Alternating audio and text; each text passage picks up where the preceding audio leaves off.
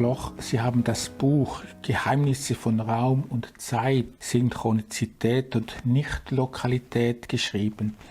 Was war Ihre Motivation, sich mit dieser Thematik auseinanderzusetzen? Ja, begonnen hat das schon sehr früh. Da habe ich viele Werke von C.G. Jung gelesen, der diesen Begriff Synchronizität geprägt hat. Er hat sehr seltsame, oft lebensbestimmende Zufälle, sogenannt, Synchronizitäten genannt, weil er fand, dass das keine Zufälle mehr sein konnten. Die waren so unglaublich und so wichtig. Er hat allerdings nie bewiesen, dass es das gibt und eigentlich in seinem gesamten Werk nur wenige, für mein Verständnis viel zu wenige Beispiele gebracht für Synchronizitäten. Ich habe dann später selbst einige oder recht viele erstaunliche Synchronizitäten erlebt. Und das hat mich dann natürlich besonders interessiert noch und habe das auch in meiner Funktion als Lehrer in der Schule, dieses Thema auch ab und zu behandelt.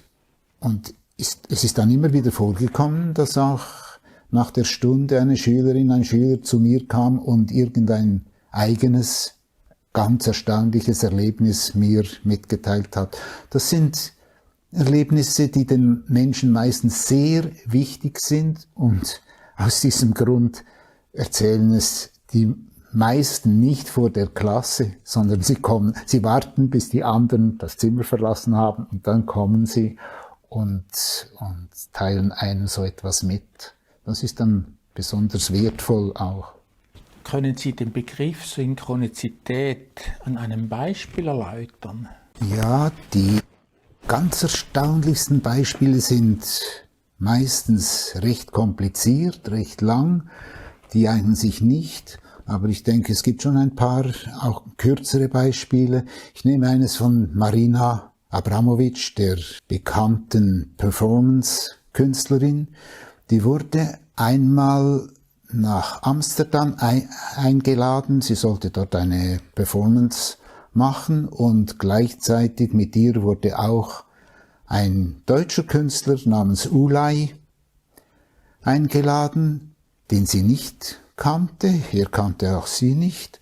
Sie wurden beide miteinander am Flughafen abgeholt von einer Kontaktperson und gingen dann in ein Restaurant zum Abendessen.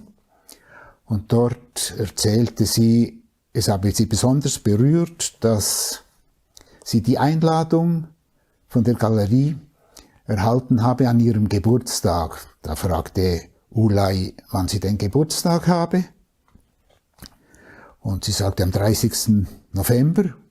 Und dann stutzte er und sagte, das kann ja nicht sein, das ist ja mein Geburtstag.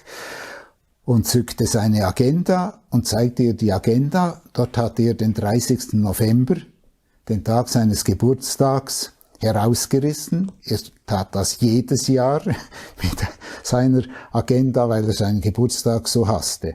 Da zückte Marina Abramovic ihre Agenda und zeigte sie ihm. Sie hatte auch am 30. November Geburtstag und hatte ebenfalls, so wie sie das Jahr für Jahr tat, diese Seite vom 30. November herausgerissen, weil auch sie ihren Geburtstag so sehr hasste. Das ist so ein ganz außerordentlicher Zufall. Das war der Anfang einer unglaublich tiefen Liebesbeziehung zwischen den beiden. Sie haben dann lange Zeit miteinander gelebt, sind miteinander monatelang herumgereist und haben auch künstlerisch miteinander gearbeitet für lange Zeit. Und das ist eben kein Einzelfall. Sehr oft beginnen außerordentlich intensive Liebesbeziehungen mit Synchronizitäten. Oder es erreichen sich im Laufe der Beziehung dann solche Synchronizitäten. Also solche unglaublichen, scheinbaren Zufälle, die aber so bedeutsam sind, dass die Menschen, die das erleben, das nicht mehr als Zufall ansehen können. Wie kann man Synchronizität vom bloßen Zufall unterscheiden? Nun, ich habe im Buch versucht, eine Liste zusammenzustellen von Kriterien, die oder von denen möglichst viele erfüllt sein sollten, damit man von Synchronizität spricht. Das ist etwas, was mir bei den bisherigen Büchern über Synchronizität immer gefehlt hat. Da wurden meistens einfach Geschichten aufgetischt, interessante Geschichten zum Teil, aber manchmal fragte ich mich selbst, ist das jetzt nicht einfach Zufall? Und fand, die Leute hätten irgendeine Definition für Synchronizität liefern sollen oder eben, wenn das nicht so gut geht, eine Kriterienliste. Man macht das zum Beispiel in der Psychiatrie so seit Jahrzehnten. Es ist zu schwierig, psychische Krankheiten wie Schizophrenie oder Depression exakt zu definieren. Dazu sind die Unterschiede von Mensch zu Mensch einfach zu groß. Deshalb stellt man so eine Kriterienliste zusammen, sagen wir 8, 9 Punkte, die beschrieben werden, Symptome, 8, 9 Symptome, und dann heißt es am Schluss, es sollten von diesen Symptomen mindestens 4 vorhanden sein, damit man die Diagnose Schizophrenie oder was es dann ist, stellen darf. Mhm. Und auf diese Weise bin ich dann auch vorgegangen und habe so eine Liste zusammengestellt, was erfüllt sein sollte, damit man von Synchronizität sprechen kann. Ein ganz wichtiges Merkmal ist zum Beispiel, dass psychische Energie in starkem Ausmaß vorhanden ist. Manchmal schon im Voraus, also Synchronizitäten ereignen sich besonders häufig, wenn sich die Menschen bereits verliebt haben und in einem außerordentlichen Zustand sind dann, oder wenn jemand gestorben ist, oder wenn jemand einen Suizidversuch macht, oder vor einer entscheidenden Prüfung, der Abschlussprüfung vor dem Eintritt in die Universität, man nennt das in der Schweiz Maturität. Das sind so Situationen, in denen Synchronizitäten ganz besonders häufig vorkommen. Hat diese Synchronizität auch einen Bezug zur empirischen Jenseitsforschung? Ja, ich denke schon, dass es da Bezüge gibt. C.G. Jung war überzeugt, dass Synchronizität eine Verbindung von Ereignissen ist, die nicht kausal sein kann. Kausal nennt man eine Verbindung zwischen einer Ursache und einer Wirkung. Und nun kann ja im Beispiel, das ich erwähnt habe, unmöglich das Herausreißen der Seite in der Agenda von Ulay die Ursache für das Herausreißen der gleichen Seite in der Agenda von Marina Abramovic gewesen sein, und auch umgekehrt klappt das nicht. Das ist keine Verbindung von Ursache und Wirkung. Deshalb hat Jung eben einen neuen Begriff geprägt, Synchronizität. Und ich bin überzeugt, dass man alle Verbindungen von Ereignissen, die nicht kausal sind, eben synchronistisch nennen sollte.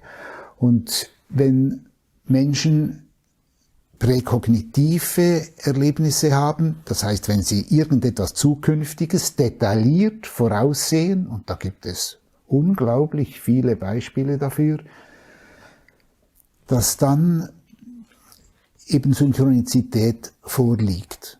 Und wenn es das gibt, wenn es tatsächlich viele Ereignisse gibt, und ich glaube im Buch habe ich zeigen können, dass man das auch systematisch erforschen kann, dass man nicht einfach warten muss, ob man irgendwann in den nächsten 10 Jahren ein synchronistisches Erlebnis hat. Man kann das tatsächlich auch systematisch erforschen. Und wenn man dann sieht, dass Synchronizität tatsächlich eine Ereignisverbindung ist, die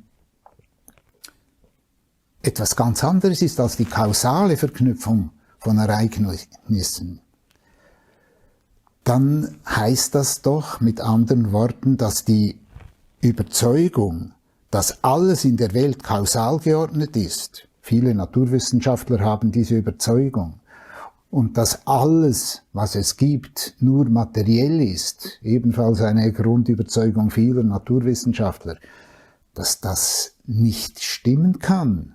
Denn in so einem Weltbild kann Synchronizität keinen Platz haben. Es gibt viele Naturwissenschaftler, die überzeugt sind, dass es nur Materie gibt, man nennt das Materialismus bekanntlich, und dass eben jedes Ereignis die Wirkung einer Ursache ist. Man nennt diese Weltanschauung deterministischen Materialismus. Deterministisch bedeutet, jedes Ereignis ist determiniert, das heißt, es steht einfach fest. Wir Menschen auch können nicht anders handeln, als wie wir handeln. Das ist vorausbestimmt, determiniert heißt vorausbestimmt, und deterministisch ist eine Theorie, die behauptet, es gebe nur vorausbestimmte Ereignisse in der ganzen Welt. Deterministisch kann eine Weltanschauung, die wirklich alles, was es gibt, mit einbezieht, nicht sein, denn wenn jemand etwas voraussieht, und das geschieht in Todesnäheerfahrungen zum Beispiel sehr häufig, wenn jemand etwas voraussieht, was noch nicht eingetreten ist, dann kann ja der Traum, oft geschieht das in Träumen, kann ja der Traum nicht die Ursache sein, dass das Ereignis sich nachher einstellt, und umgekehrt kann ein Ereignis in der Zukunft auch nicht die Ursache sein für den Traum. Das gibt es in der Physik nicht, dass ein Ereignis die Ursache ist für ein Ereignis, das vor ihm stattgefunden hat. Die Ursache liegt immer vor der Wirkung, nicht umgekehrt. Verschiedene Forscher haben herausgefunden, dass Blindgeborene auch in Todesnäheerfahrungen Dinge sehen können, die man nachprüfen kann. Die können nachher erzählen, was sie alles gesehen haben. Und das stimmt. Die Sehenden haben genau dasselbe gesehen. Passt auch nicht zum deterministischen Materialismus. Also viele Ereignisse in Todesnäheerfahrungen, die sie ja besonders untersuchen, viele solche Ereignisse zeigen, dass der deterministische Materialismus nicht stimmen kann. Und ich denke, eine Theorie der Synchronizität ist ein wesentlicher Baustein zu einem theoretischen Unterbau, könnte man das sagen, zu solchen Todesnäheerfahrungen oder auch zu Reinkarnationserfahrungen. Wenn ein kleines Kind Bescheid weiß über das ganze Leben eines Menschen, den niemand aus seiner Familie gekannt hat, aber man kann das nachher verifizieren, das heißt, man kann überprüfen, ob die Aussagen dieses Kindes stimmen, und die stimmen alle. Und wenn man es in die Familie, in der es behauptet, existiert zu haben, führt, kennt es alle Leute beim Namen, nennt die richtigen Namen dieser Leute. Ja, und das gibt es ja in unzähligen Beispielen. Das sind alles Beispiele dafür, dass außer deterministischen Zusammenhängen zwischen Ereignissen noch anders in der Welt vorhanden ist, das sehr wichtig ist. Kann man vereinfacht sagen, dass das wie eine Beweisführung ist, dass es ein Jenseits gibt, dass es mehr gibt als diese materielle Welt? Ja, ich kann keine fertige Theorie der Synchronizität liefern. Ich kann höchstens im Buch einen Baustein liefern zu künftigen Forschungen. Ich denke, einen hieb- und stichfesten Beweis können wir heute nicht liefern, aber es gibt sehr, sehr starke Hinweise, die man endlich ernst nehmen sollte, scheint mir. Sie haben vorhin das Thema Reinkarnation angesprochen. Wie kommen Sie zur Überzeugung, dass es eine Reinkarnation geben muss? Ich denke, wenn man zum Beispiel die Forschungen von Ian Stevenson, vor allem sein Buch Reinkarnation, liest und ernst nimmt, da kann man fast nicht anders als mindestens die Hypothese, dass es Reinkarnation gibt, ernst zu nehmen. Stevenson erörtert in seinem Buch schon auch andere mögliche Erklärungen für das, was er da zusammengetragen hat, aber sie befriedigen einfach viel weniger als die einfachste Hypothese. Normalerweise zieht man in der Wissenschaft die einfachsten Hypothesen vor, es sei denn, sie passen einem einfach nicht ins überkommene Weltbild, aber das ist dann keine wissenschaftliche Einstellung mehr, wenn man etwas verwirft, nur weil es nicht ins Weltbild passt, das man sich seit Jahrzehnten erarbeitet hat. Haben Sie selbst schon gewisse Erfahrungen gemacht, die Sie zur Überzeugung brachten, dass es Reinkarnation gibt? Ja, vor allem eben im Zusammenhang mit dem, was ich bei Stevenson gelesen habe und was ich bei Stanislav Grof in seinen Büchern gelesen habe und an seinen Kursen mitbekommen habe. Das muss ich alles als Hintergrund nehmen und das stützt dann meine persönliche Erfahrung, die vielleicht nicht zu den überzeugendsten gehört, schon auch in einem anderen Licht erscheinen lassen. Ja, ich hatte eine solche Erfahrung beim holotropen Atmen in einem Kurs bei Stan Grof. Da sah ich mich plötzlich als Mönch in einem braunen Gewand, aber einem sehr einfachen, mit vielen Flicken ausgebesserten Gewand. Und ich ging auf einem Bergrücken zu dem Kloster, in dem ich, wie ich wusste, gewesen war. Man sah außer diesem Kloster nichts von Menschenhand, man sah nur gerade Berge und Täler, alles bewaldet. Und ich ging auf dieses Kloster zu. Das bestand aus lauter einstöckigen Gebäuden. Und das erste Gebäude, auf das ich stieß, hatte eine Tür natürlich.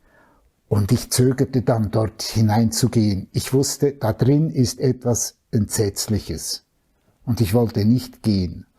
Aber ich erinnerte mich, dass Stan Grof uns gesagt hatte, wir sollten unbedingt eine Erfahrung zu Ende bringen und ja nicht, weil sie schrecklich werde, aufhören in der Mitte, das sei nicht gut.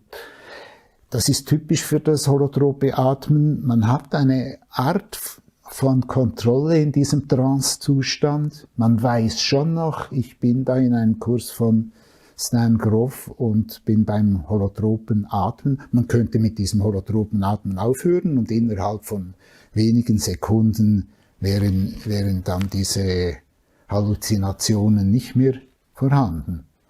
Ich entschloss mich daher hineinzugehen in diesen Raum und trat ein und sah dann, dass von der Decke 4 Ketten hingen, die Löcher, aus denen sie herunterhingen, waren in einem Rechteck angeordnet. Und bei den Schmalseiten dieses Rechtecks hingen je 2 dieser Ketten herunter und die waren unten verbunden mit Hölzern, mit 2 Hölzern. Und ich wusste dann sofort und sah das vor mir als Erinnerung, dass ich von anderen Mönchen auf diese Hölzer gelegt worden war und festgebunden worden war. Diese anderen Mönche konnte ich aber nicht erkennen, weil sie alle braune Kapuzen bis übers ganze Gesicht heruntergezogen hatten und nur Augenschlitze ausgeschnitten worden waren. Sie hatten mich dort festgebunden und in der Mitte dieser beiden Bälkchen war auch je eine Kette angebracht und die Glieder dieser Kette, die liefen über die Speichen, die außen an einem Rad angebracht waren. So ist das klar genug. Ja. Ja. Und dann gab es eine Kurbel an diesen Rädern und als ich dort festgebunden war, hatten die Mönche an diesen Rädern gedreht und mich so gestreckt und es war eine furchtbare Erfahrung noch in der Erinnerung. Ich hörte dann auf zu atmen, weil das so schlimm war, holotrop zu atmen. Das ist eine bestimmte Methode, die Grof entwickelt hatte, weil er dachte, man könne so zu besonderen Erfahrungen kommen. Die ganze Geschichte, die bei ihm dahinter steht, kann ich jetzt hier nicht erwähnen. Und Grof sah sofort, dass ich aufstand und kam zu mir und sagte, er sehe mir an, dass diese Erfahrung nicht zu Ende sei, ich sollte mich wieder hinlegen und weiter holotrop atmen. Mir war speiübel, man durfte aber bei ihm nichts essen vor so einer Sitzung. Deshalb konnte ich mich nicht erbrechen. Wohl oder übel entschloss ich mich wieder hinzulegen und halt wieder holotrop zu atmen. Und ich war sofort wieder in dieser ganzen Umgebung, beim Kloster, draußen wieder, so vor einem Felsvorsprung. Und dort kniete ich und schaute ins bewaldete Tal hinunter und schrie dann meine Wut über diese Folterung ins Tal hinaus. Ich schrie da etwa 30 Sekunden lang. Ich sprach offenbar in einer fremden Sprache. Ich konnte das nicht überprüfen, weil niemand diese Sprache sprach. Aber ich wusste eben aus den Büchern von Grof, dass es oft vorkommt in seinen Kursen, dass Menschen in einer Sprache, die sie nie gelernt haben, fließend sprechen können über lange Zeit. Manchmal sind Leute anwesend im Kurs. Die Hälfte der Personen, die den Kurs nehmen, die beobachtet immer nur. Jeder, der holotrop atmet, wird von einer anderen Person überwacht, damit der Grof sofort rufen kann, wenn irgendetwas schief laufen sollte. Ich wusste, dass es immer wieder vorkommt in solchen Kursen, dass Menschen in einer Sprache sprechen, die sie nie gelernt haben, nachweislich nie gelernt haben. Eine Frau hat einmal die längste Zeit in einem argentinischen Dialekt gesprochen, fehlerfrei, ohne je ein einziges Wort Spanisch gelernt zu haben. Und zufälligerweise war ein Mann anwesend an diesem Kurs, der lange Zeit in Argentinien, in dieser Gegend, wo man den entsprechenden Dialekt spricht, gelebt hatte und alles verstand, was sie gesagt hatte. Weil das immer wieder vorkommt und weil alle 20 Personen, die zugehört haben, überzeugt waren, dass das nicht Kauderwelsch war, was ich da von mir gab, sondern tatsächlich eine existierende Sprache. Ich denke, das kann man schon hören. Denke ich schon, dass ich da in einer fremden Sprache gesprochen habe. Ich kann mich nur ans allerletzte Wort erinnern. 3-mal rief ich Otama, Otama, Otama. Ich habe natürlich herauszufinden versucht, was das heißen könnte, aber es gibt verschiedene Sprachen, die so ein Wort enthalten. Die ganze Gegend erinnerte mich an eine Gegend, die ich einmal in einem Film über Vietnam gesehen habe. Aber das beweist an sich nichts. Das war zum Beispiel so ein Erlebnis, das ich hatte. Das beweist an sich nichts, aber eben im Zusammenhang mit allem, was Forscher, die Reinkarnationserlebnisse erforscht haben, herausgefunden haben, ist es für mich schon auch von großer Bedeutung. Holotropes Atmen ist, man atmet so schnell, dass man zu viel Sauerstoff im Blut hat. Ja. Man sollte es aber nicht einfach für sich selbst ausprobieren. Bei Grof war ein ausgebildeter Arzt und Psychiater mit dabei und wie gesagt, eine Person hat immer die holotrop atmende Person betreut. Man soll nicht spielen damit. Herr Bloch, haben Sie noch weitere Erfahrungen beim holotropen Atmen erlebt? Ja, da war noch eine ganz kurze Erfahrung, die ich gar nicht ernst genommen habe zuerst. Ich sah mich einfach als Knaben vor dem Haus meiner Familie. Das war ganz aus Stein gebaut, Mauern aus Stein und das Dach aus Steinen.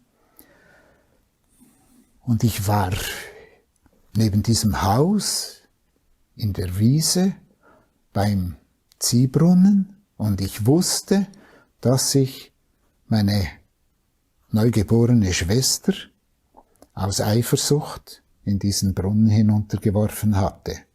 Das war eine ganz kurze Sequenz nur, dauerte nicht länger, als wie ich jetzt gesprochen habe, und darum habe ich dem keine große Bedeutung beigemessen. Ich dachte, das sei eine bloße Fantasie gewesen. Das kann man auch haben beim holotropen Atmen, Fantasien. Und ich habe das auch nie jemandem erzählt. Ich hatte genug wichtige Erlebnisse zu erzählen und das habe ich nie jemandem erzählt. Und viel, viel später war meine ältere Tochter an einem Kurs für holotropes Atmen bei einer Schülerin von Grof. Und als der Kurs fertig war, rief sie mich an, um mir zu erzählen, was sie erlebt habe, und sagte mir am Telefon, sie habe gesehen, wie sie als Baby in einen Ziehbrunnen hinuntergefallen sei. Da lief es mir schon ein bisschen kalt den Rücken hinunter. Ein Beweis ist das natürlich nicht, aber Reinkarnationsforscher weisen immer wieder darauf hin, dass Menschen, die im jetzigen Leben miteinander zu tun haben, immer wieder berichten, dass sie in einem früheren Leben auch schon miteinander zu tun hatten. Und es wäre jedenfalls sinnvoll anzunehmen, dass ich, falls ich in einem früheren Leben meine Schwester umgebracht haben sollte, in einem späteren Leben als ihr Vater für sie sorgen müsste, um das gewissermaßen wieder gut zu machen. Das ist eine Hypothese. Natürlich, beweisen kann ich das nicht, aber solche Erlebnisse müssen einem schon zu denken geben. Herr Bloch, was sind die wichtigsten Erkenntnisse, die Sie bei Ihren Forschungsarbeiten gewonnen haben? Erstens eben das, dass der deterministische Materialismus nicht richtig sein kann. Es gibt einfach viel zu viele Hinweise, dass es da anderes gibt in der Welt noch als Materie und dass es andere Verbindungen zwischen Ereignissen gibt als Ursache-Wirkung. Zweitens sollte man wohl den Dualismus heute wieder ernst nehmen. Dualismus ist die Weltanschauung, die in Europa über unzählige Jahrhunderte die normale Weltanschauung war, seit den Zeiten des frühen Christentums und seit Platon. Die Anschauung, dass es einen Körper gibt und daneben eine Psyche, eine andere Substanz. Diese Überzeugung ist im 20. Jahrhundert spätestens, hat natürlich schon früher begonnen, im 19. Jahrhundert war sie auch schon stark vertreten unter Wissenschaftlern, dann verworfen worden. Die meisten Naturwissenschaftler sind heute überzeugt, dass es eben nur Materie gibt, es gibt nur den Körper und was wir psychisch nennen, das ist nur ein Produkt des Gehirns. Diese Auffassung kann man heute nicht mehr ernst nehmen, wenn man auf der anderen Seite eben Präkognitionen zum Beispiel ernst nehmen will oder außersinnliche Wahrnehmung. Wie soll ein Gehirn es fertigbringen, irgendetwas exakt, detailliert wahrzunehmen, was viele Kilometer weit entfernt geschieht? Beispiele dafür gibt es ja in großer Zahl. Das gibt es in der Wissenschaftsgeschichte eben immer wieder, dass man eine Auffassung verworfen hat, weil sie nicht mehr modern war, und dass man später wieder zu dieser Auffassung zurückkehren musste. Das sollte man heutzutage meines Erachtens auch mit dem Dualismus wieder tun. Man sollte wieder erwägen, dass es wirklich zwei Substanzen gibt, den Körper und die Psyche, die zwar, solange wir leben, engstens miteinander verbunden sind. Wenn wir denken, geschieht tatsächlich immer irgendetwas im Gehirn auch, was in exakter Korrelation dazu besteht. Aber wenn man die Todesnähe-Erlebnisse ernst nimmt und Synchronizitäten ernst nimmt, ist das nicht alles, diese Verbindung. Herr Bloch, herzlichen Dank für das Gespräch. Ich danke Ihnen.